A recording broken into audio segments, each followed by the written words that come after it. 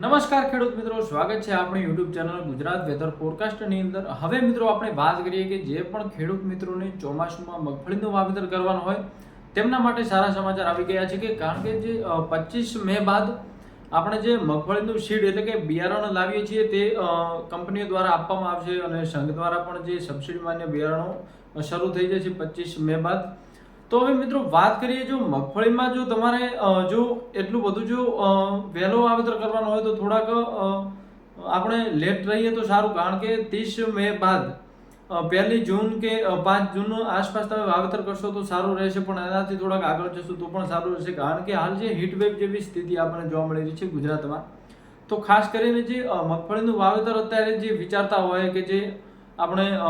21 મે 22 મે 23 મે આસપાસ જો કોઈને પણ વાવેતર કરવું હોય તો તે અટકી જજો, કારણ કે હાલ એક તો જે અધિક માસ છે, અધિક જેઠ મહિનો આપણે ચાલી રહ્યો છે, સાથે સાથે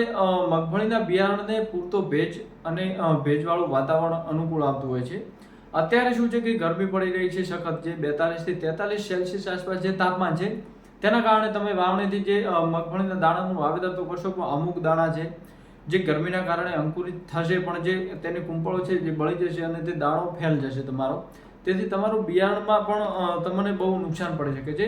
અને બીજી વાત કે જે ભેજ નથી મળતો, જે દાણા અમુક જે ઉપર રહી જાય, જે ટ્રેક્ટર દ્વારા જે ઓરણી દ્વારા જે વાવેતર કરતા હોય છે તેમને અમુક દાણા જે આપણે બારે ઉછળીને પડી જતા હોય છે, જે અંદર જમીનમાં સંપૂર્ણ દટાતા નથી, તેના કારણે જે થોડા બારે રહી જતા હોય છે તે દાણા ગરમ થાય છે રાત્રિ દરમિયાન ઠંડા, દિવસ દરમિયાન ગરમ. આ પ્રક્રિયાના લીધે જે દાણા ઉપર ફૂગ લાગી જતી હોય છે, દાણો સુકાઈ અને ખરાબ થઈ જતો હોય છે. તો ખેડૂત મિત્રો, જે બિયારણમાં તમને એમાં મોટું નુકસાન પડી શકે છે. તો થોડુંક લેટ વાવેતર કરશો તો કોઈ પણ વાંધો નથી, કારણ કે 4 મહિનાની અંદર મગફળી આવે જે પાક તૈયાર થઈ જતો હોય છે અને જે શિયાળુ સિઝન છે તમારે રાબેતા મુજબ આવી જતી હોય છે. તો કોઈએ પણ એટલી વહેલા જે આકળાશ કરીને જે વાવવું નહીં, કારણ કે તમારે જે મોંઘા બિયારણો છે, હાલનો જે આપણે બિયારણના ભાવ ગણીએ તો જે સરદારની મગફળી છે, સરદારની જે 20 નંબર છે, અમુક 22 નંબર આવે છે, 37 નંબર આવે છે, તો હાલ જે અમે 20 નંબરના ભાવ મને મળી ગયેલા છે, તો 20 નંબરનો ભાવ 2820 રૂપિયા રહેવાની શક્યતા છે, કારણ કે સંઘ દ્વારા જે બિયારણ આપવામાં આવે છે સરદાર સંઘ દ્વારા, તેનો ભાવ 2820 રૂપિયા કરવામાં આવેલો છે. પણ જે અમુક પ્રાઇવેટ કંપનીઓ છે જેમ કે અક્ષય છે,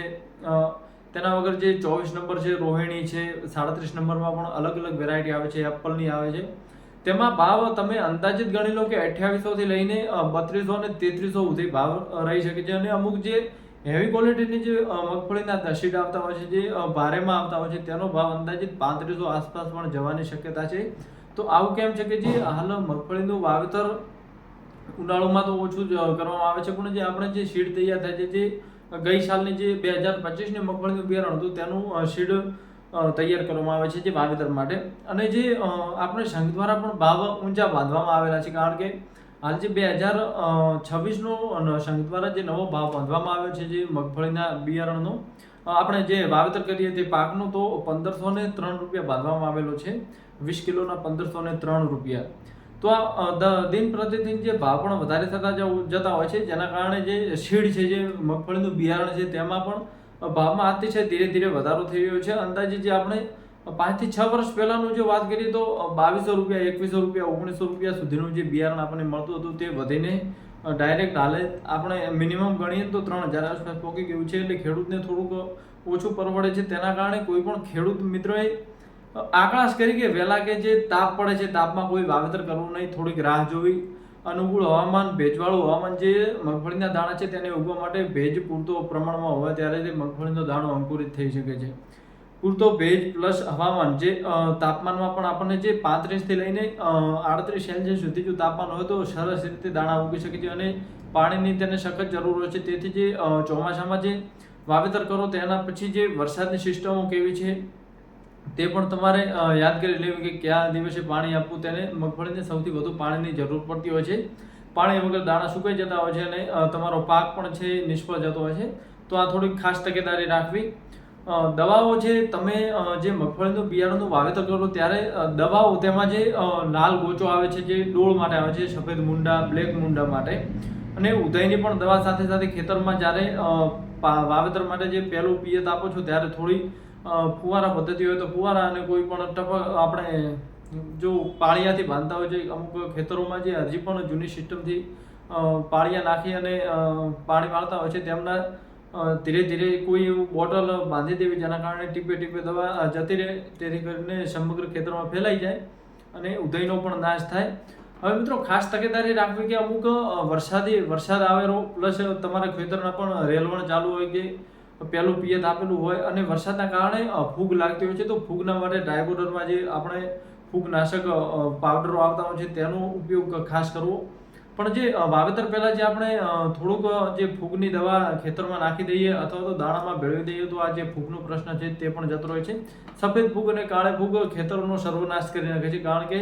અમુક ખેતરોમાં લીલોછમ પાક હોય છે અને 10 થી 15 દિવસમાં એટલા જે મગફળીના દાણા આપણે મગફળીના જે છોડ છે જે સુકાતા હોય છે ને તે ધીરે ધીરે આખા ખેતરમાં ફોળાઈ જાય છે અને આખો સંપૂર્ણ પાક નષ્ટ થાય છે, જેના કારણે એક મોટું ખેડૂતને નુકસાન થઈ શકે છે. તો આને થોડીક તકેદારી રાખવી. બીજું, મગફળીમાં કોઈ ઘણું તકેદારી રાખવાની જરૂર નથી. રેગ્યુલર જે પિયત આપીએ જવું, 4 થી 5 દિવસે સારી રીતે પિયત આપવી. ચોમાસામાં વરસાદ આવતો હોય છે એટલે કોઈ પિયતની એટલી પણ ખાસ જરૂર હોતી નથી, પણ જ્યારે પણ લાંબા સમય સુધી વરસાદ ના આવે તો તમારે સારી રીતે તેની પિયત આપવી, સારી રીતે માવજત કરવી. અને દરેક જે ખેડૂતોને એટલો આગ્રહ છે કે તમારે ઘરની જે મગફળી હોય છે તો ઘરની મગફળીનું પણ પિલાણ કરાવીને તેનું જ તેલ ખાઓ, કારણ કે બહાર જે હાલ આપણે જે તેલના ડબ્બા લાવીએ છીએ ખાવા માટે તેમાં 15% જે પામ ઓઇલ મિક્સ હોય છે સરકાર માન્ય. તો આ ખાવાથી જે અમુક શરીરને લગતી ઘણી બીમારીઓ થઈ શકે છે, હાર્ટ એટેક પણ આવી શકે છે, કમરનો દુખાવો, આજે અમુક ઘૂંટણના દુખાવા જે આ પામ ઓઇલના કારણે થતા હોય છે. તો મિત્રો આ પણ એક તમારી જવાબદારી છે કે તમારું ઘર અને તમારો જે પરિવાર છે જે સારું ખાય. તો મારી એટલી અપીલ છે કે તમે ઘરનું ખાઓ અને સ્વચ્છ રહો. આભાર.